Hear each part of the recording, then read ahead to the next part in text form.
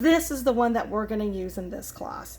It's kind of hard just to understand the actual concept of acceleration before we get into this other craziness.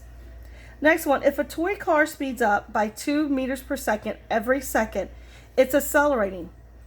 Its acceleration will be 2 meters per second, which is also written as 2 meters per second square. Okay, this is the shortcut version. This meters per second is the long written out version of it. Okay, turn the page. We've got some practice problems.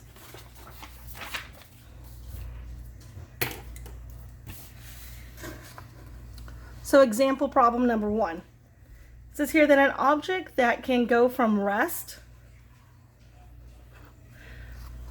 Let me let you know, I'm going to say this all school year long, that words have number value in physics. And so when we use that word from rest or rest, that number value, how fast is anything moving at rest? If it's resting, then the velocity is going to be what? Hopefully you know 0. And if it's starting from rest, that word from is an indication that that's the initial speed. So my v sub I is 0. 2, if this is what you're going to go to, then that's going to be your v sub f of 50 meters per second in 5 seconds, t. If launched by a very powerful catapult, what is the acceleration of the object? Question mark A. Well, let me go ahead and write down that equation. A equals v sub f minus v sub I over t. Do I have the v sub f? Yes. V sub I? Yes. T? Yes. I have everything that I need, and I can plug into the equation here. So 50 take away 0 over 5 equals 50 divided by 5, which equals blank meters per second square. Now I'm going to pause for a moment. We need to make sure that we write our answers completely and we have everything correct. So number 1, you need to do your own math. Number 2, I gave you the SI unit. But let's remember that acceleration is a vector quantity. Why is acceleration a vector? Because velocity is a vector. And because of that, if it's a vector quantity, then you must add a direction. Now, does it tell me that where this catapult is going, north, south, east, west? No. But I know from just knowledge that if a catapult's going to shoot off, it's going to move forward. What direction? I don't know, like compass wise, but I know that it's going to be moving forward. And so that's the only direction I can give, but you must give a direction. Okay? Let's do the next practice problem. A shuttle bus slows to a stop. If you're going to come to a stop, then what's the velocity of stop?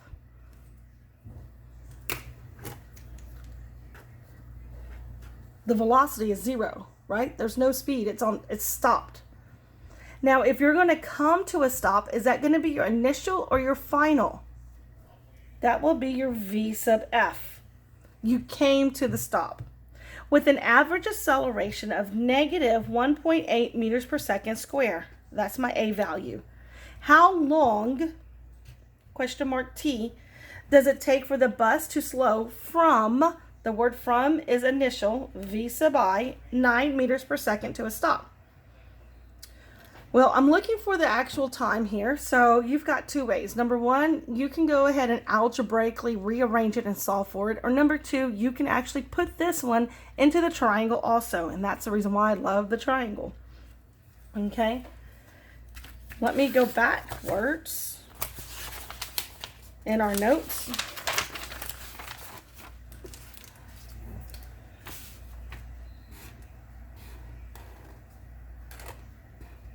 There's our triangle. Again, this line right here means division. This line right here means multiplication. You may not like the triangle. You may not be familiar with it, so I understand. But once you learn how to use this sucker is going to be a time saver. Cover up the equal part. So let me cover that up.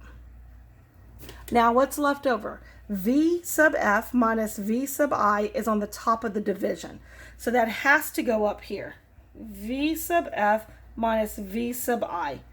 The t is somewhere at the bottom of the division. And then move that over. What's left over? The a. Now remember, we're looking for time. Cover up the t. T equals V sub f minus V sub I divided by a. Bam. There goes your algebra rearranged for you, so you don't have to do that. If you prefer to, well then no problem. I don't want to discourage you. Do what you like. Do what makes you feel happy regarding math. I'm going to go ahead and do it both ways just to make sure, so that way we can all see that it does work out. So a equals V sub f minus V sub I over t. I'm looking for t, so a is a negative 1.8 meters per second square. Guess what? They gave you a negative value. Remember those vector arrows we talked about earlier a few pages back? What did we say? We said it was like math class. Imagine you were you had a graph, and that 0, 0 was your home or your initial position. And then if you moved from the 0, 0 point, you can go up or down, positive or negative, right or left, positive or negative. So the fact that they gave us a negative value on a quantity that we know is a vector, right? Why is it a vector? Because it has direction. Then that negative 1.8 indicates that it's either moving backwards or to the left or down. Okay? One more time. The negative indicates a direction. But Miss Munson, up here you said moving forward was the direction. Absolutely correct. Having a negative value also indicates a direction, which would be to the left, backwards, or down. So I'm going to go ahead and just write that in because we don't get to see each other every day in class. That's the reason for the videos. A negative direction. And remember that's left, back, or down. So negative 1.8 meters per second equals final velocity, which is a 0 meters per second, minus 9 meters per second over t. And this is what we would do algebraically. We need to solve for t. T is at the bottom of the division, so it cannot stay there. We have to get him to the top. You remember that? So you can either, number one, do the reciprocal on both sides and flip them, or you can come over here and multiply this side by t, cancel out, multiply this side by t. Then we would have to come over here and say 0, take away 9, and we would have to do that. There goes my camera again. My goodness. Horrible. I'm really going to have to come up with something a little different then. Hopefully that helps a little bit. Hopefully that's holding it up.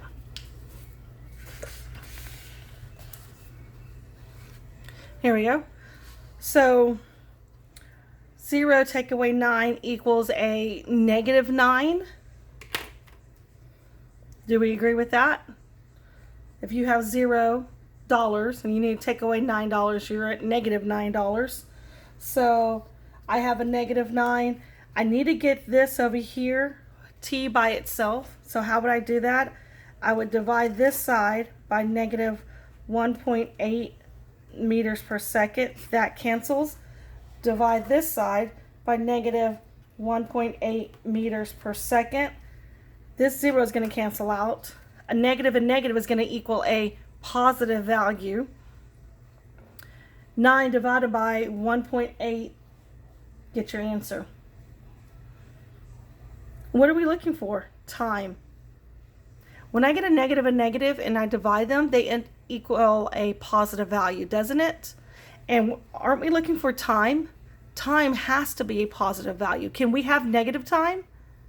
I mean, no, not that I know of, unless you have a DeLorean and you can go back to the future or back in time. Then no, there is no such thing as a negative time value. Time must always be positive. And if you look at your algebra here and you did your algebra correct, then you're going to end up with a positive value. Okay? The other way to do this would be to cover up the triangle, and then you can just rearrange and solve for it. How would you rearrange and solve for it? I'm going to put right here, or t equals v sub f minus v sub I over a. And remember, our a was a negative value over here. The negative and negative would have divided out to be a positive t. Ah, I love math. It's so perfect. Let's keep going. Now we're going to go ahead and talk about a VT graph, or a velocity versus time graph. I'm going to put that over here, VT. Okay, so in a VT graph, time is on the x-axis and velocity is on the y-axis.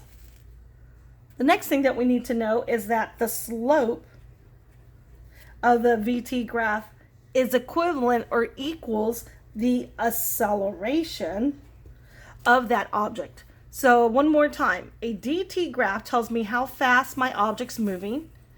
A VT graph tells me the acceleration of that object. Okay, and don't forget that slope is going to be the rise over the run. So here's the same exact picture as we had before, but this is a VT graph. Well, why do they have speed over here? Well, don't we use that word velocity and speed interchangeable? So that's the reason why. So if you see the word speed or the word velocity, it is a VT graph. So let's go ahead and look at the first one. We have an upward proportional direct relationship line. That means that my object is accelerating. Okay, it is speeding up. If I have a flat line with no slope, then that means my object is moving, but it's moving at a constant speed. It is not slowing down, and it's not speeding up. Let's go back. Let's look at it again. An upward slope line. It's accelerating or speeding up. But this one down here at the back is a downward slope line. What does that downward slope line tells me? It is decelerating,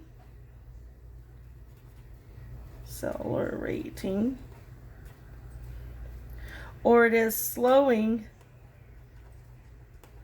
down. Okay?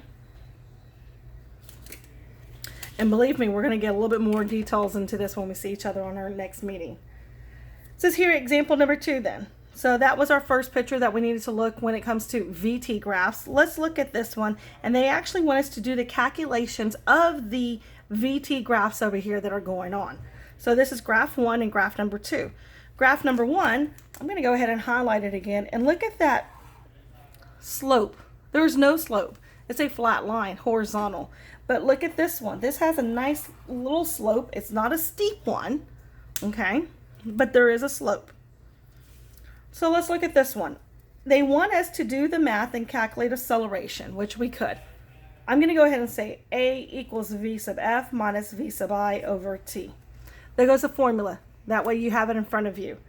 What is the V sub F? Here it is right here. V sub F. What is it? It is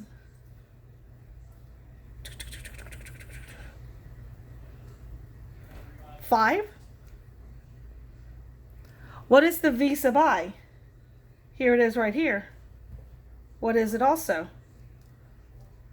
5. 5 take away 5 over how much time did this occur from here to here? 10 seconds. 5 take away 5 equals 0 over 10. 0 divided by 10 equals 0 meters per second square moving forward. Does it mean that it's not moving? No. It does not mean that it's not moving. It is moving, but it is not accelerating. So again, do we get zeros in physics? Yes, we do. But a 0 doesn't mean that my object just sitting there like, sitting on the ground, not moving. It can still be physically moving and get a 0 value as an answer. Let's look at the next one over here. Again, we're going to use the same equation, v sub f minus v sub I over t. What is my v sub f? Well, why don't we use, I mean, we can just pick a number. What number do you want to use? How about that number? I like that one. Look at that. It's right on the line too. Nice and pretty. Scoot it over. What is the final velocity here that I'm using it? 30. What is my initial velocity? Ooh, let's use this one right here. 20. How much time occurred from here to here? From here to here, 5 seconds. All right, so 30 minus 20 is 10, divided by 5 equals blank meters per second square moving forward. Okay, and you can do your math, and there you go. Using the graph, you're able to find the acceleration of my object. Let's turn it.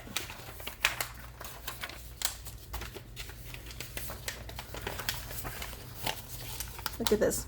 My poor thing is all rigged up. Alrighty. Well, we've got this next part. Oh, my phone is not going to hold up. I'm going to go ahead and I'm going to record this later on. This last part here is what we call kinematics.